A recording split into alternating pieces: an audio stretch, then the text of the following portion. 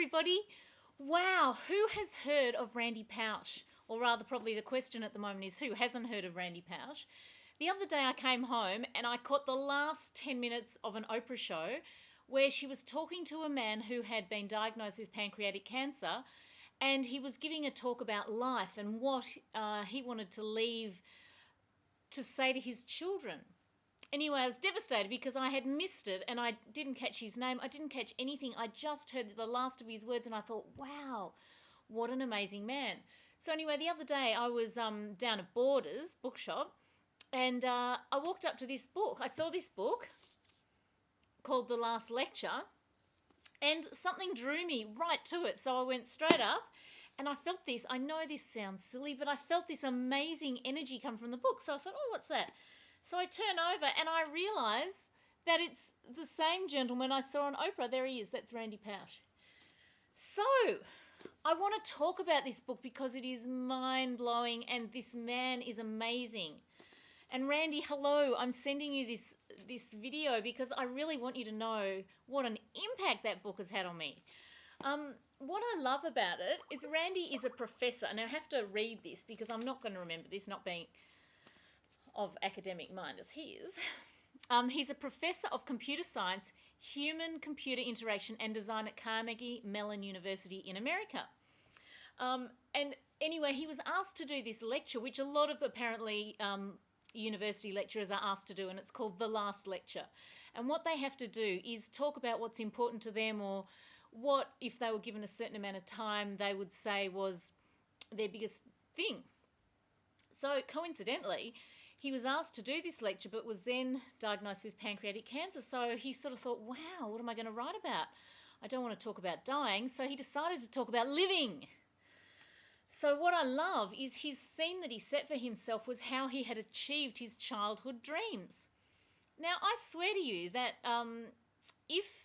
when you read this book, you will say to yourself, wow, he is living like, if you're into all the law of attraction or The Secret or any of that stuff, he is doing this naturally without calling it The Secret or the law of attraction. And I have done the same thing. For my whole life, I've been like that. Until I watched the DVD of The Secret, I just lived my life sort of presuming the best and sort of going about it in such a way that things would happen, which is what he does. So anyway, he had certain childhood dreams. So I'm just going to do a quick video about some of them because you've really got to buy this book.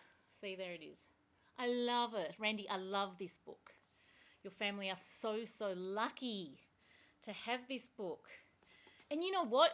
You're so lucky to have achieved your childhood dreams like this. Anyway, what he's done, everyone else, he had this mad dream.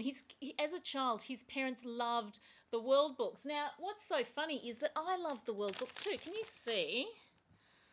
Hang on. Oh, which way does the computer go? Okay, he would be able to do that. So in the background there's all the world books, and I bought them with my own money for my children when I got my first job, when I got my first check for my bed linen, when I designed my range. So I always used to wish I had the world books.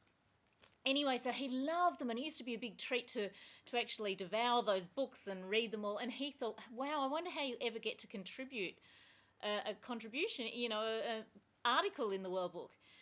So he became a virtual reality scientist, I suppose that's the word for it, and the World Book contacted him. And so if you want to read his thing, it's under V for virtual reality. How cool is that? So that was one of his childhood dreams. I've had to make little notes here.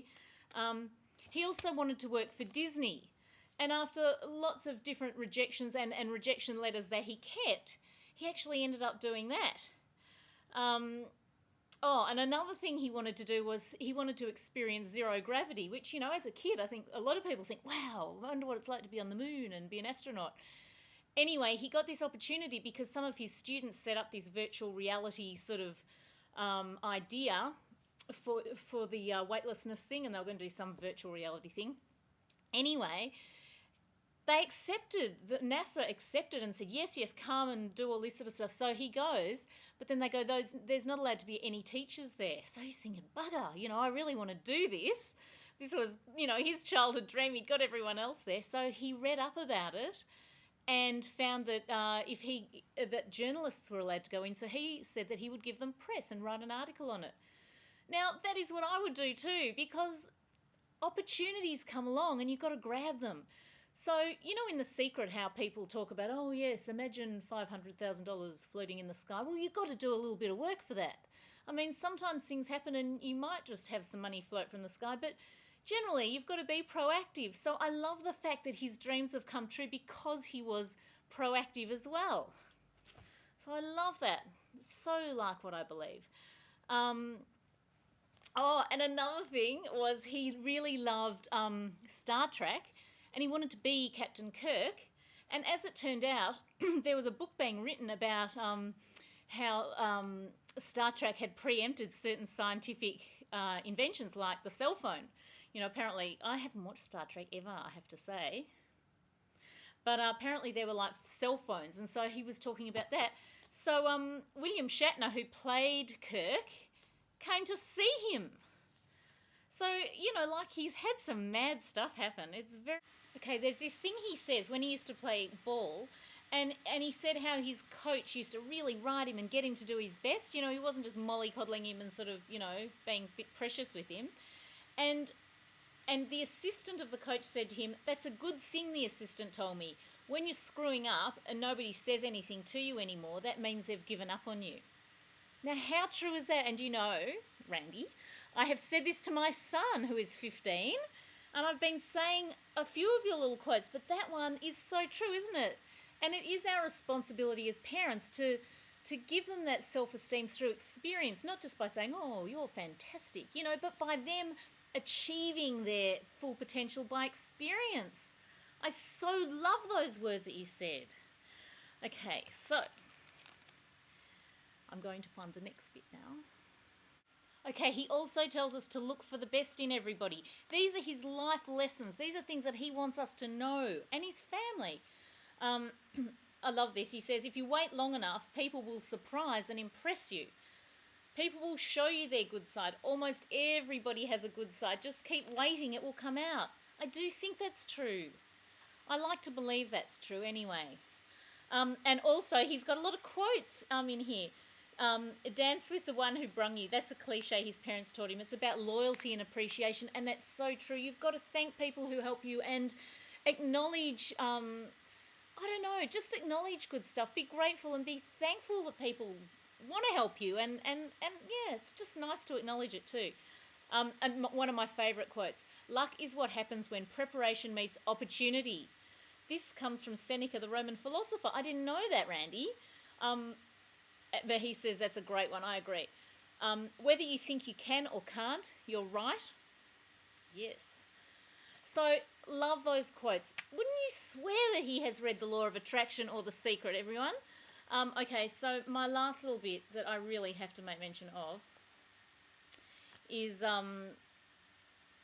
his special memories, and how for his children, his youngest being 18 months old, he's creating special memories, and he has gone to a great deal of length to he's not only talked to other people who are dying, but he has talked to people whose parents died when they were very young, and he asked them what was important to them and what memories made them feel great. I thought that was a really good thing to ask.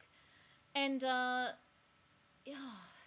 he's amazing. I had a friend pass away last year, and I have to say her acceptance of what was going on made it all so much easier for everyone else, and we all had a great time in her last days or last months. Instead of us all being miserable, we all got to celebrate her life and tell her all these extraordinary things.